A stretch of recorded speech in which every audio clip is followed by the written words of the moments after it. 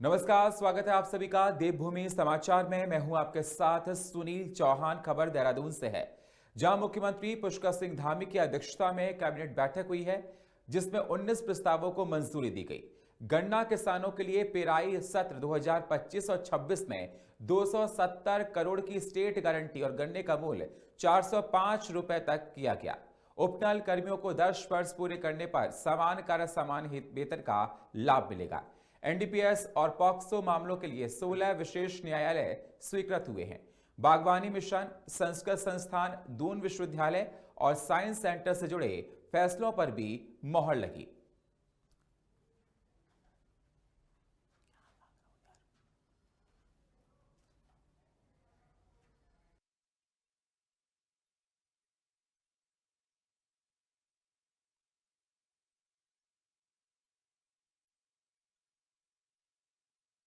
270 करोड़ की state guarantee दी है, आपको बता दें। और अगेती गन्ने का मूल्य 405 रुपए तक उपनल कर्मियों को समान वेतन राहत की बात कही गई है इसमें।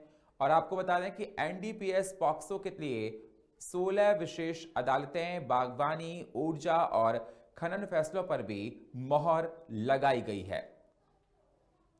तो गन्ना किसानों को 270 करोड़ की स्टेट गारंटी इस बैठक में जिक्र किया गया, बताया गया। अगेती गन्ने का मूल्य 405 रुपए तय किया गया।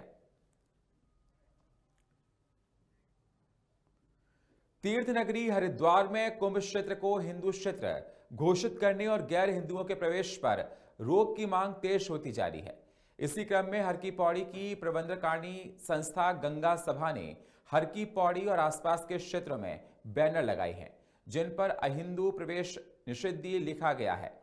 गंगा सभा के सचिव उज्जवल पंडित ने कहा, यह कदम धर्म और संस्कृति की रक्षा के लिए उठाया गया है। उन्होंने उम्मीद जताई है कि प्रशासन सहयोग करेगा। गौरतलब है कि ब्रिटिश काल में भी ऐसे नियम लागू थे। अब बदली परिस्थितियों में पूरे कुंभ क्षेत्र को अहिंदू निषिद्ध घोषित करने की मांग उठ रही है, जिस पर संत समाज का समर्थन है और मुख्यमंत्री ने भी विचार की बात कही है। तो हरिद्वार में कुंभ क्षेत्र को हिंदू घोषित करने की मांग उठी है। गैर हिंदुओं की एंट्री पर विवाद देखने को मिला। हर की पौड़ी इलाके में लगाए गए हैं प्रतिबंधित बैनर और संत समाज का गंगा सभा को समर्थन भी देखा जा रहा है। गंगा सभा ने कुंभ क्षेत्र को अहिंदू घोषित किया है, मतलब हिंदू इसमें आ सकेंगे, कोई और नहीं आ सकेगा। ब्रिटिश काल के नियमों का भी हवाला दिया गया है।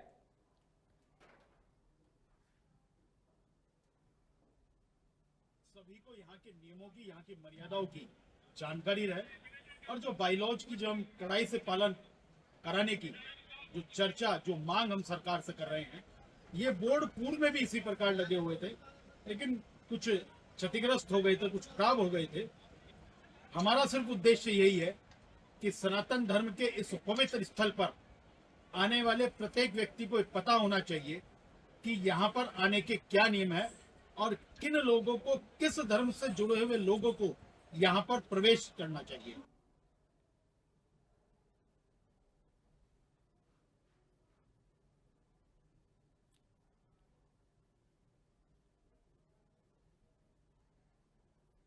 और इस खबर पर हमारे साथ ऑनलाइन पर हरिद्वार से संवाददाता देवेंद्र शर्मा हमारे साथ जुड़ चुके हैं। देवेंद्र, देखा जा रहा है, कहा जा रहा है कि हर की पौड़ी पर सिर्फ गंगा के तटों पर सिर्फ हिंदू ही दिखाई देंगे, जिसको लेकर बैनर्स भी लगा दिए हैं कि अहिंदुओं की यहां पर एंट्री नहीं है। क्या कुछ अहम जानकारी?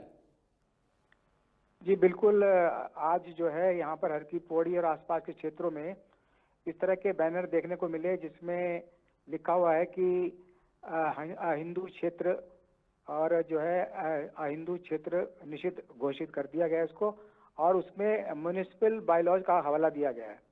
जब इस बारे में हमने बात की गंगा सभा के अध्यक्ष नितिन गौतम से, तो उन्होंने कहा कि 1916 में म्युनिसिपल बायलॉज का यह नियम है और उसी को हमने उजागर किया है और लोगों को सार्वजनिक किया है, और ताकि लोगों को पता लगे कि कौन लोग यहाँ पे आ सकते हैं और किन लोगों को यहाँ पर आना प्रतिबंधित है। जी, अभी देवेंद्र, कुछ दिन पहले देखा गया था कि हरिद्वार में कुछ और समुदाय के लोग यहां पर आ गए थे, जिसको लेकर पुलिस सघन चेकिंग भी कर रही थी, जिसका वीडियो सोशल मीडिया पर काफी वायरल हुआ था।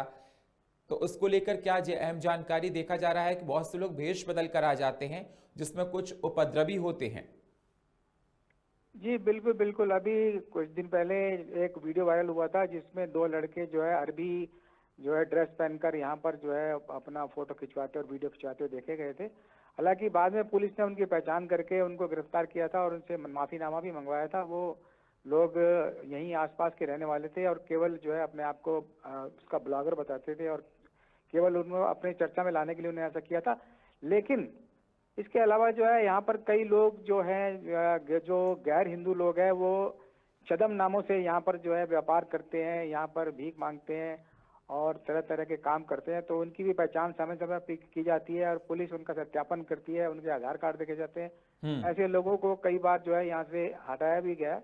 लेकिन इसके बावजूद भी इसमें पुलिस और जो गंगा सभा है वो सतर्क रहता है और लोगों को इस तरह की पहचान समय समय की जाती है। तो इस तरह के मामले देखने में आए, इसलिए ये मांग उठ रही है। जी शुक्रिया देवेंद्र, हमारे साथ जुड़ने के लिए, आपका ताजा अपडेट देने के लिए।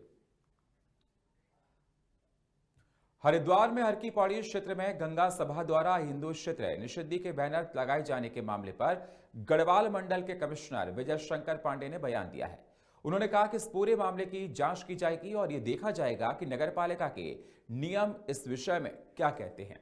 आयुक्त ने कहा कि गंगा सभा द्वारा कुंभ क्षेत्र को अहिंदू क्षेत्र घोषित करने की जो मांग की गई है उस पर प्रशासन की क्या सोच है, यह भी देखा जाएगा।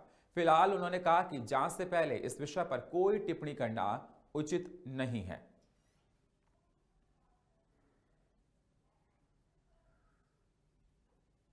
क्या कहता है अब ये तो देखने के बाद पता लगेगा कि कौन से पोस्टर लगे हैं, म्युनिसिपल एक्ट क्या कहता है, गंगा सभा का क्या वर्जन है। इन चीजों की मैं बहुत अवेयर नहीं हूं और देखने के बाद इस पर कोई टिप्पणी कर सकते। देखिए उन्होंने क्या कहा है, किसने क्या डिमांड की है वो एक अलग विषय है, लेकिन शासन और प्रशासन क्या निर्णय लेता है वो अलग विषय है।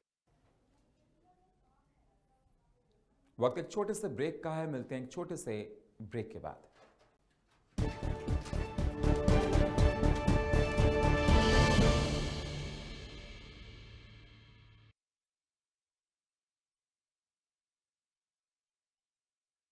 जॉइंट पेन के लिए डॉक्टर ऑर्थो ऑयल के अमेजिंग रिजल्ट सबको पता है, पर क्या आपको पता है कि पुराने और ज्यादा बिगड़े दर्द के लिए डॉक्टर ऑर्थो ऑयल के साथ साथ डॉक्टर ऑर्थो कैप्सूल्स को भी रेगुलर यूज करना चाहिए। ये कोई टेम्पररी पेन किलर नहीं, आयुर्वेदिक औषधि है। लोग सेहत बनाने के लिए क्या क्या नहीं करते, जिम जाते हैं, कसरत करते हैं, काजू बादाम प्रोटीन के डिब्बे तक घोल घोल कर पीते हैं, फिर भी उनकी सेहत नहीं बनती क्योंकि उनका पाचन तंत्र खराब है। और जब तक के पाचन तंत्र दुरुस्त नहीं होगा वो जितना मर्जी अच्छे से अच्छा खा ले, उनकी सेहत नहीं बन सकती। इसलिए हमारी संस्था सन्यासी आयुर्वेदा ने एक ऐसी दवा का निर्माण किया है जो कि आपके लिवर को, आपके पाचन तंत्र को दुरुस्त करने का काम करती है, ताकि आप जो भी खाएं उसका पूरे का पूरा निचोड़ आपके शरीर को लगे, आपकी भूख बढ़े, खाया पिया सही से लगे, नया खून बने, हड्डियों में जान आए, वजन बढ़े और आप मोटे तगड़े खूबसूरत पर्सनैलिटी के मालिक बन जाए। सिर्फ 655 रुपए की पूरे एक महीने की दवा होती है और आप इसे घर बैठे 01145454545 पर फोन करके दवा मंगवा सकते हैं। सटीक खबरों को विश्वसनीय तरीके से दिखाना, निडर और निष्पक्ष होकर सिस्टम से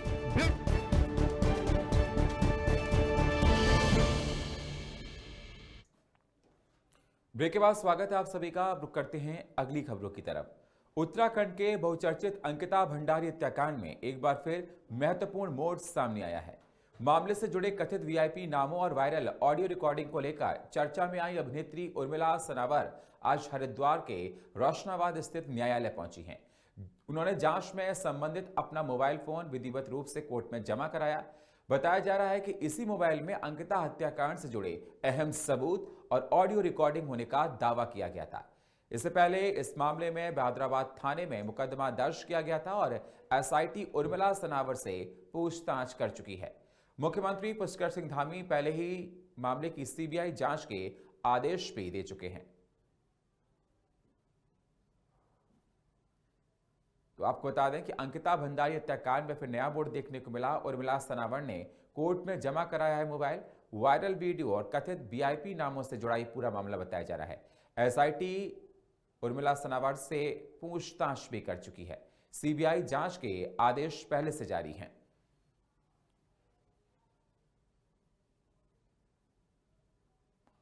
तो आज रोशनाबाद कोर्ट पहुंची अंकिता भंडारी। हत्याकांड में फिर एक नया मोड़ देखने को मिला। उर्मिला सनावर ने कोर्ट में मोबाइल जमा कराया है।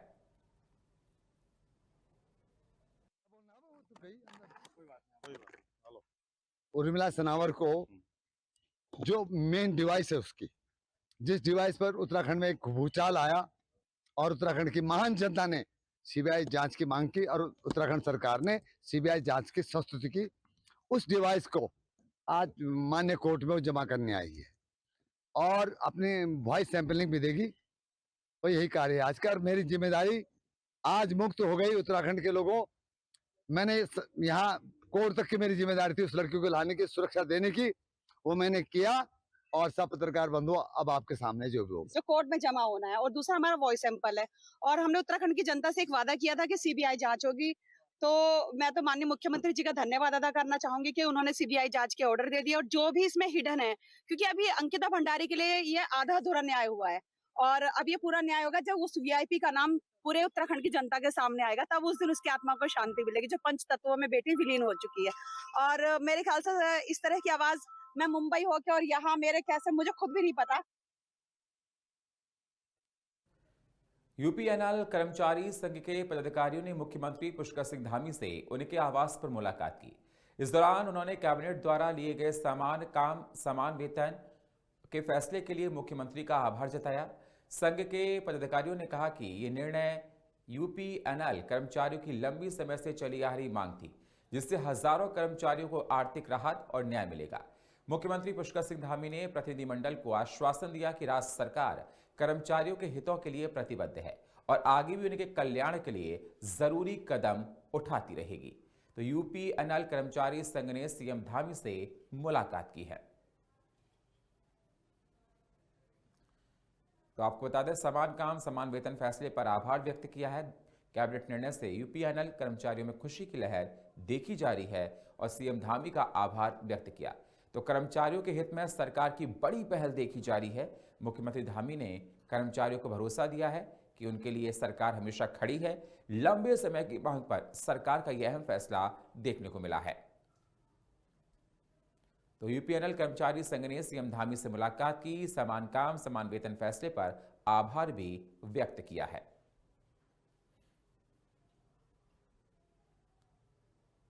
तो कैबिनेट के निर्णय से यूपीएनएल कर्मचारियों में काफी खुशी भी देखी जा रही है।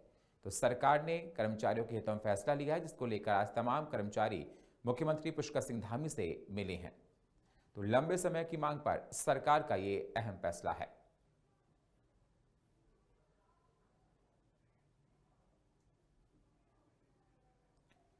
तो आपको बता दें कि समान काम समान वेतन फैसले पर आभार व्यक्त किया है। कैबिनेट निर्णय से यूपीएनएल कर्मचारियों में काफी खुशी भी देखी जा रही है। यूपीएनएल के तमाम कर्मचारी मुख्यमंत्री पुष्कर सिंह धामी के आवास पर जाकर उन पर मुलाकात की है और कर्मचारियों के हितों में सरकार ने फैसला लिया है। मुख्यमंत्री धामी ने कर्मचारियों को भरोसा दिलाया है, सरकार उनके साथ खड़ी है। लंबे समय से आपको बता दें मांग थी और सरकार ने इस पर अब अहम फैसला लिया है। तो आपको बता दें कि समान काम समान वेतन फैसले पर आभार जताया है। तो कैबिनेट निर्णय से यूपीएनएल कर्मचारियों में खुशी देखी जा रही है। कर्मचारियों के हित में सरकार की ये बड़ी पहल है। मुख्यमंत्री धामी ने कर्मचारियों को भरोसा दिया है।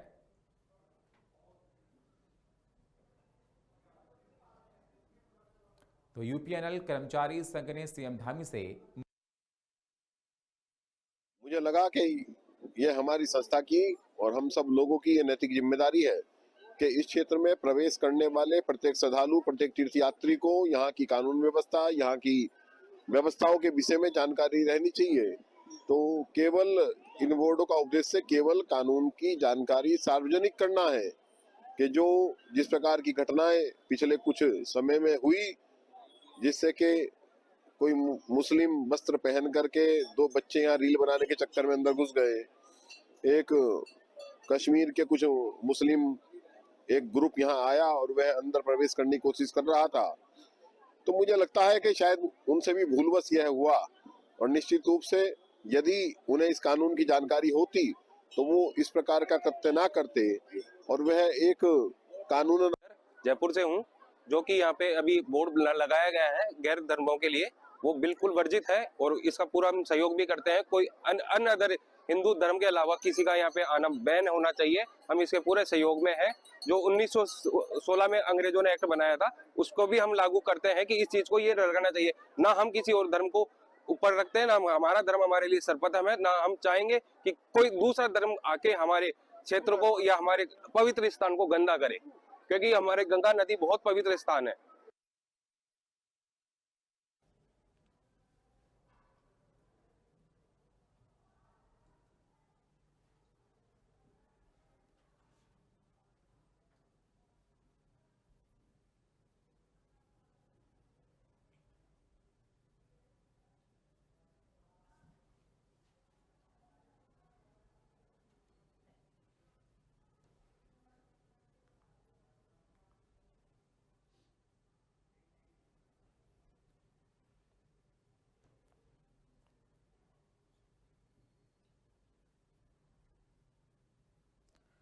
हरिद्वार रुड़की विकास प्राधिकरण की बोर्ड बैठक आयोजित की गई, जिसमें कई अहम प्रस्तावों को मंजूरी दी गई और प्रस्तावित मास्टर प्लान पर विस्तार से चर्चा हुई। बैठक की अध्यक्षता गढ़वाल मंडल के आयुक्त विनय शंकर पांडे ने की, जबकि प्राधिकरण की उपाध्यक्ष सोनिका सहित अधिकारी मौजूद रहे। आयुक्त ने बताया कि पिछली बैठक के अधिकांश प्रस्तावों पर काम शुरू हो चुका है, जबकि शासन स्तर पर लंबित मामलों के लिए रिमाइंडर भेजे जा रहे हैं। मास्टर प्लान लागू करने से पहले केंद्र सरकार की गाइडलाइन के पालन के निर्देश भी दिए गए हैं। साथ ही मानकों के विपरीत निर्माण पर कार्रवाई के संकेत दिए गए हैं। तो एचआरडीए बोर्ड बैठक में प्रस्तावों को मंजूरी मिली है। प्रस्तावित मास्टर प्लान पर चर्चा हुई है। आयुक्त विनय शंकर पांडे ने की अध्यक्षता। लंबित प्रस्तावों पर शासन को रिमाइंडर भेजा गया है। मानकों के विपरीत निर्माण पर सख्त कार्रवाई देखी गई है।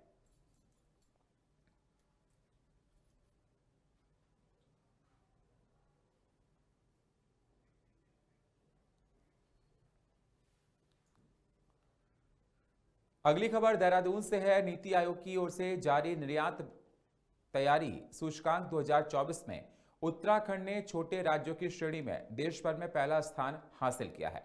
मुख्यमंत्री पुष्कर सिंह धामी ने इसे राज्य के लिए ऐतिहासिक उपलब्धि बताया। उन्होंने कहा, यह उद्योग समर्थक नीतियों, मजबूत इंफ्रास्ट्रक्चर और निर्यात को बढ़ावा देने के प्रयासों का नतीजा है। सरकार का लक्ष्य है हर जिले के उत्पादों को अंतर्राष्ट्रीय पहचान दिलाना। आंकड़ों के मुताबिक 2011 और 12 में 3,530 करोड़ रहा निर्यात अब बढ़कर करीब 15,000 करोड़ तक पहुंच गया है। इससे राज्य में निवेश और रोजगार के नए अवसर बनेंगे। तो देहरादून में नीति आयोग में विशेष रैंक देखने को मिली।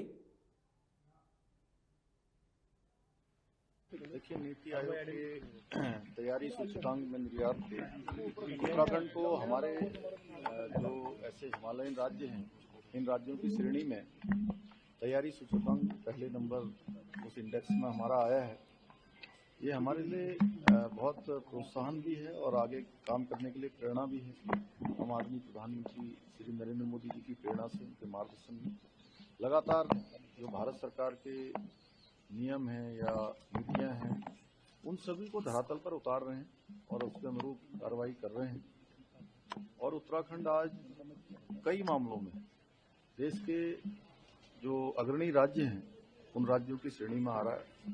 ये हमारे प्रधानमंत्री जी के कथन को भी चरितार्थ कर रहा है कि 21वीं सदी का ये दशक उत्तराखंड का होगा। देहरादून में जमीन से जुड़े विवादों के निपटारे के लिए 1 महीने तक विशेष अभियान चलाया जाएगा। मुख्यमंत्री पुष्कर सिंह धामी ने भूमि विवादों के त्वरित और प्रभावी समाधान के सख्त निर्देश दिए हैं। मुख्यमंत्री ने कहा कि इस अभियान की समीक्षा मुख्य सचिव हर हफ्ते करेंगे। साथ ही मुख्य सचिव और पुलिस महानिदेशक को निर्देश दिए गए हैं कि सभी जिलों में लंबित भूमि विवादों का 1 महीने के भीतर निपटारा सुनिश्चित किया जाए। मुख्यमंत्री धामी ने स्पष्ट किया है कि अभियान के अंत तक भूमि विवादों से जुड़े मामलों को शून्य स्तर तक लाया जाएगा।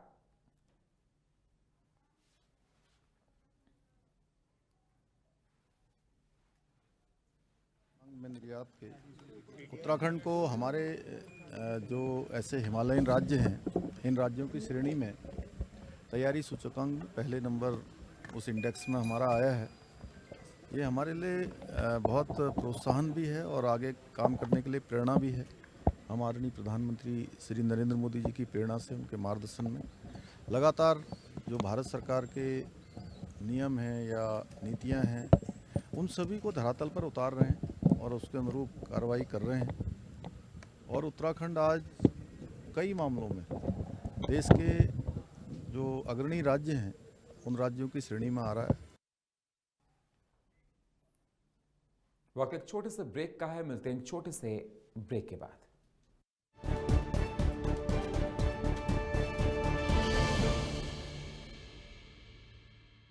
क्या आप जिम जाते हैं, कसरत करते हैं, फिर भी आपकी सेहत नहीं बनती? काजू बादाम किशमिश मेवे प्रोटीन के डिब्बे खाते हैं, फिर भी कुछ असर नहीं होता?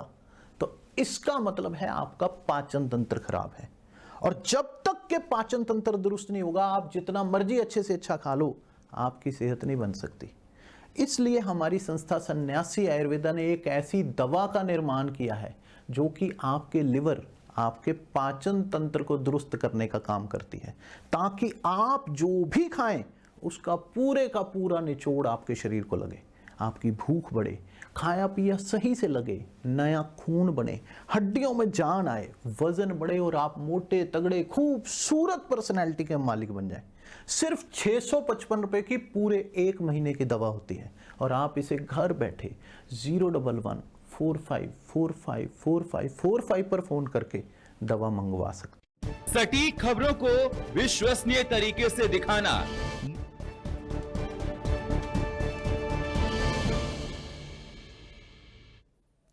ब्रेक के बाद स्वागत है आप सभी का। रुक करते हैं अगली खबरों का।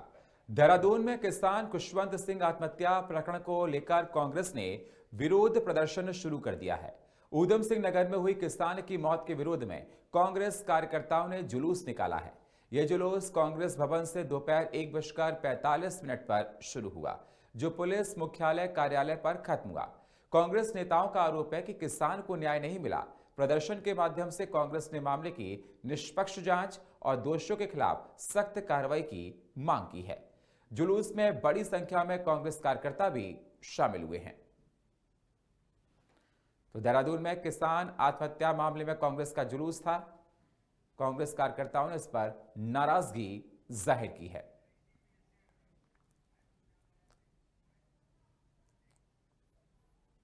उत्तराखंड में कानून व्यवस्था को लेकर कांग्रेस ने सरकार पर बड़ा हमला बोला है।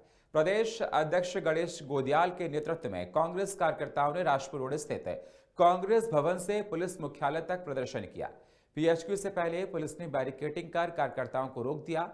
इसके बाद सड़क पर बैठकर नारेबाजी की है। कांग्रेस ने हल्द्वानी किसान आत्महत्या और अंकिता भंडारी हत्याकांड को उठाते हुए सरकार पर गंभीर आरोप लगाए हैं।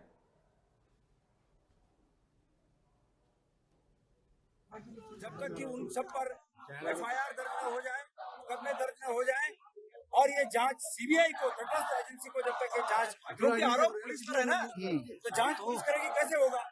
एसआईटी में कौन है? और एसआईटी सीबीआई गठित करे अपनी तरफ से।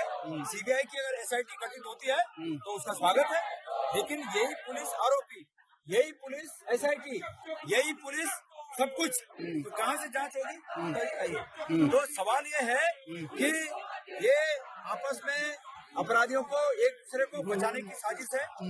पुलिस के वरिष्ठ अधिकारी मुख्यमंत्री को बचाने में लगे हैं और मुख्यमंत्री पुलिस के अधिकारियों को बचाने में लगे। रुड़की में खराब मौसम के चलते मुख्यमंत्री पुष्कर सिंह धामी का रुड़की दौरा रद्द कर दिया गया। कन्हैयालाल डिग्री कॉलेज में प्रस्तावित सम्मान समारोह में वे शामिल नहीं हो सके। हालांकि कार्यक्रम राज्यसभा सांसद कल्पना सैनी की मौजूदगी में पूरा हुआ। रुड़की के विधायक प्रदीप बन्ना समेत कई भाजपा नेता मौजूद रहे। तो आपको बता दें कि अंतिम समय पर हुआ कार्यक्रम रद्द और सम्मान समारोह में नहीं हो पाए हैं शामिल। बाकी बीजेपी नेताओं की मौजूदगी देखी गई है।